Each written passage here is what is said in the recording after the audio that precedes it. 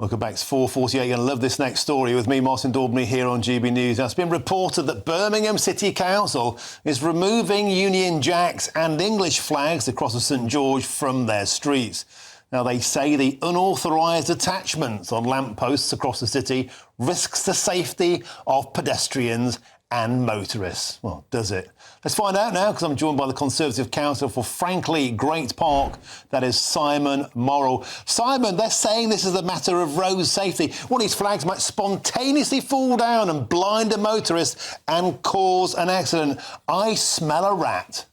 Well, they're claiming to us now that it's because Kia, the highways agency, are changing light bulbs in the middle of summer.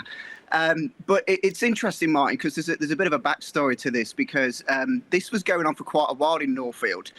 It was only when the flags came to Frankly, when I, as the elected councillor, just put a one-line sentence out saying, I approve this message, that the left-wing media in Birmingham decided to do a story on it, as if to try and say, why is a councillor backing it? Do you want to save a boatload of cash this summer, wherever you have a trip planned? The one thing you're going to need is access to the internet and on the go. And you can do that easily with Saily. Hit the link in the description to get 15% off your first eSIM plan ready for your trip, so you can browse to your heart's content.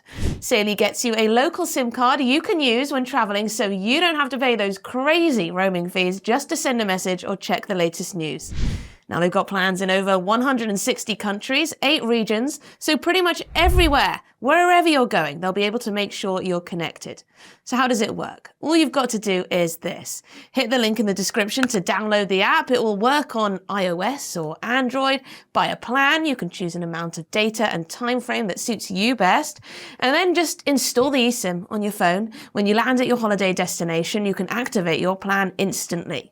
And if that wasn't enough, Saily eSIMs only ever have to be installed once. So when you go on your next trip, you just buy a plan for a new country, turn that eSIM back on, and boom, you're back watching me on GB News. I'll be using a Saily SIM on my next holiday because it's actually faster than some of the hotel Wi-Fis. You can get unlimited data if you want, so you can scroll away to your heart's content. And when you leave the hotel, you don't have to do that annoying thing of Wi-Fi hopping because you've got constant connectivity wherever you go. And they've got 24/7 support as well, and a full refund policy if your eSIM isn't compatible.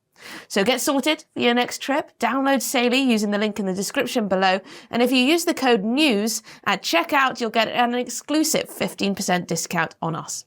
So click the link, download Saily, and use the code NEWS at checkout. One of those media organisations found a WhatsApp group that Labour councillors were members of. One of them was the cabinet member for community safety. And apparently, according to this journal, one member was claiming this to be, I quote, far-right astroturfing. And before my time in politics, before I got into politics, Martin, I used to work in media, and I can spot a good story. That's, in fact, you could say that's part of a job of being a politician, is to call stuff out like that. So I put that on my Facebook page, saying that they were basically calling us racist. You know, you say tomato, I say tomato. Far right basically means racist. And it absolutely blew up. The absolute outrage across the community, and quite rightly, actually, because I don't think the Union flag is in any way far right. It's a symbol against, and in particular when we have VG Day tomorrow as well. I mean, you couldn't time it any worse. So yeah, it's just completely blown up, and I fully support the people that are doing. I don't think they're far right in any way, and my constituents, especially the veterans, are absolutely not far right at all. You know exactly right. And Simon Morrall, Birmingham councils have had form. This has been going on for years, saying taking down particular flags. I'm assuming, Simon Morrall, that when a huge number of Palestinian flags went up across Birmingham a couple of years ago, there's no problemo. I think they're still there, actually. If you go into inner cities of Birmingham, there were Palestinian flags all around the inner ring road, and people have quite rightly pointed that out. But the interesting thing is, I've offered the council an amnesty here, because the shadow cabinet member Jamie Tennant behind the scenes, I haven't got anything personally against it, because my maiden speech in 2018 when I first joined the council was on male suicide. Birmingham didn't have a suicide prevention strategy before that. And when Jamie joined the council in 2022, his maiden speech also mentioned male suicide. And behind the scenes, we did want to do something. And as someone, Martin, who himself has had the media onslaught and knows how that can impact your mental health, I imagine he's getting a lot of stick at the moment. So I wrote a letter to the council and I included him in it. And I said, look, let's just offer an amnesty here. It's VG Day on Friday. Why don't we just do an amnesty to the end of August, keep the flags flying for VG Day, and at least the public have a solid end date so we know when the flags have got to come down. What did they say? I've had zero response. Instead, that was when they went to the local Birmingham Mail and said, it's because of health and safety reasons that we need to remove it.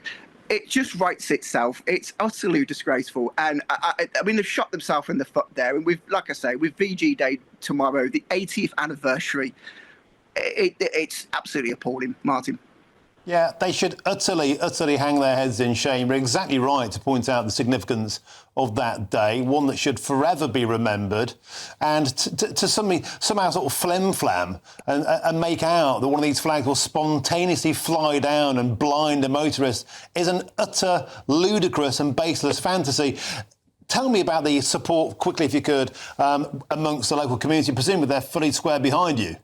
Well, it's amazing, isn't it? People get their backs up about this. In particular, the veterans. In where I represent, frankly, we have a large veteran constituency, and I wanted to actually show you something before we go, because this year we actually Audrey, my stepnan, passed away, and I've got a photo of her here with Jack, her husband. She was 99 years of age, and Jack served in the war, so she would have loved seeing these Union flags, and so. To the members of this WhatsApp group accusing members of the public as far-right astroturfing, may I remind you that it's people like Jack who actually fought against the real far-right, right? And that Union flag that you are so opposed represents us defeating the far-right. And Simon, so to call an entire community that is appalling, frankly. Simon Morrall, well put, and thank you very much for standing up for the flag and coming on the show today. Absolute pleasure, Simon Morrall. You take care. Thank you. Now, spokesman for Birmingham City Council said that it was not about removing specific flags, but about removing attachments for safety purposes.